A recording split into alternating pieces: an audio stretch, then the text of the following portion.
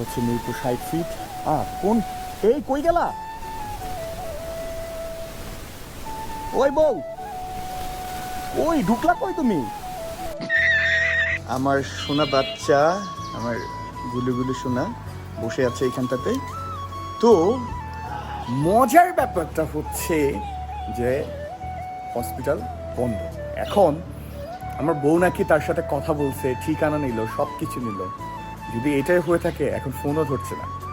তো এই যদি হয় অবস্থা, তাহলে কিভাবে কি হবে আমি জানি না। হ্যালো এভরিওয়ান, আসসালামু আলাইকুম, সবাইকে স্বাগতম নতুন আরও একটি ব্লগে। আজকের ব্লগটা আমরা শুরু করতেছি আমার এই সোনা জাদু মিষ্টি এই বিড়ালটাকে নিয়ে।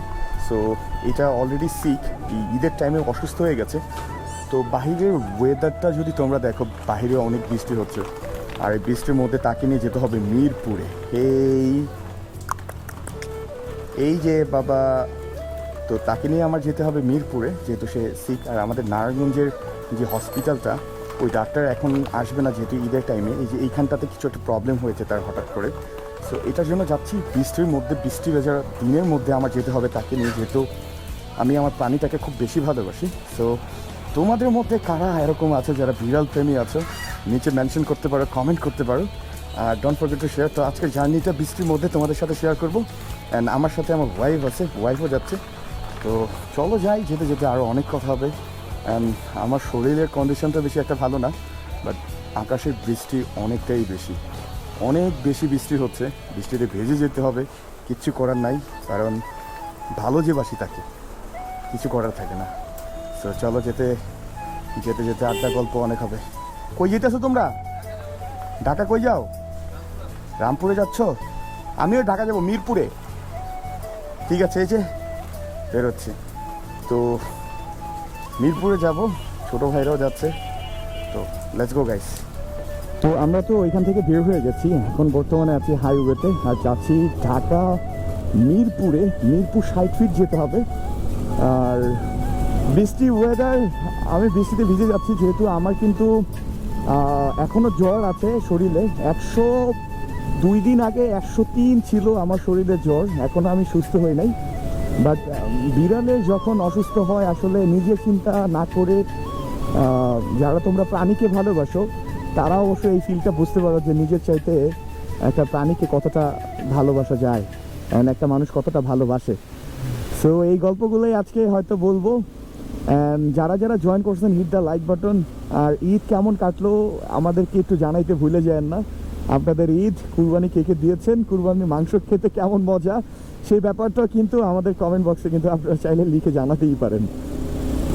আপনার প্রিয়জনের সাথে কে কোথাও ঘুরতে গেলেন এই ঈদে, মজার মজার যদি কোনো ঘটনা থাকে, সিনারিও হয়ে যদি থাকে আপনার লাইফে, সেই ব্যাপারগুলো কিন্তু কমেন্ট বক্সে আমাকে শোনাইতে পারেন, জানাইতে পারেন। আমি আপনার কমেন্টগুলো পড়বো অ্যান্ড অবশ্যই রিপ্লাই করব। সো আজকের জার্নিটা বৃষ্টি ভেজা দিনে রওনা করেছি আমার পোষা প্রাণী বিড়ালটাকে নিয়ে মিরপুরের উদ্দেশ্যে। চলে এসেছি ঢাকার ভিতরে। এখন বর্তমানে আমি যে জায়গাটা আছি সেটা হচ্ছে হাইকোর্ট। এটা হচ্ছে মানে বলার কিছু নাই, বাট অনেক সুন্দর একটা পরিবেশ আজকে। যেহেতু এখন ঈদের সিজন চলতেছে, ঈদের সময় চলতেছে, এটার জন্য কিন্তু এখন যারাই ঢাকাতে থাকে তারা কিন্তু সবাই গ্রামের বাড়িতে গেছে। এই জন্য রাস্তাঘাট একদমই পরিষ্কার, ক্লিয়ার। মানে কাশ যদি আমাদের ঢাকা শহরটা এরকম সবসময় থাকবে, তাহলে কতটাই না সুন্দর হতো না। সামনে যে মনে হয়, এক্সকিউজ মি ভাইয়া, এক্সকিউজ মি ভাইয়া, হ্যালো ভাইয়া, 60 ফিট যদি যাই, মিরপুর 60 ফিট, তাহলে কি সামনে দিয়ে যাওয়া যাবে? মিরপুর 60 ফিট সামনে যে পাবে না। আসলে আমি কোনো রিস্ক নিতে চাচ্ছি না কোনো জায়গা থেকে, কারণ ঢাকা শহরে একটা গলিতে ঢুকে গেলে, একটা রোডে ঢুকে গেলে পরে আবার ঘুরে আসতে হবে। তাই আর একটু কনফার্ম হলাম আর কি। ক্রস চেকটা দিয়ে দিলাম। এখন সামনে যেয়ে আমার বামে যেতে হবে, বামে যেয়ে তারপর আবার ডাইনে যেতে হবে। তো দেখছি কী হয়। আমি এখন বর্তমানে আছি এমনকি সম্মেলনের সামনে। আর এখানে কিন্তু অনেক পর্যটক আসছে, মানে যারা একটু সুযোগ পাইলেই কিন্তু ঘুরতে আসে। আমরা কিন্তু এখানে দেখতে পাচ্ছি। হ্যাঁ আচ্ছা আচ্ছা, ওই সামনেরটা এটা হচ্ছে মিলিটারি মিউজিয়াম, আর সামনেরটা হচ্ছে 3 মন্ত্রী সম্মেলন। হ্যাঁ শিওর শিওর শিওর। হ্যাঁ হ্যাঁ হ্যাঁ, ফাইনালি আমি চলে আসছি। এই রুট দিয়ে তো ভিতরে নেওয়া যাবে তো গাড়ি? কোথায় বইলো? এখানেই না? ঠিক আছে, তুমি নামো, আমি গাড়িটা সাইড করি। গাইজ ফাইনালি আমি হসপিটাল পাইয়া গেছি। আমার গন্তব্যে আমি আসতে পারছি। তো এটা হচ্ছে মিরপুর 60 ফিট। কোন এই কই গেলা? ওই বউ, ওই ঢুকলা কই তুমি? কোন গেট দিয়ে ঢুকছো? এই সামনেরটা দিয়া? আল্লাহ, আমি হারাই গেছি তো। কোন কোন গেট দিয়ে ঢুকছো?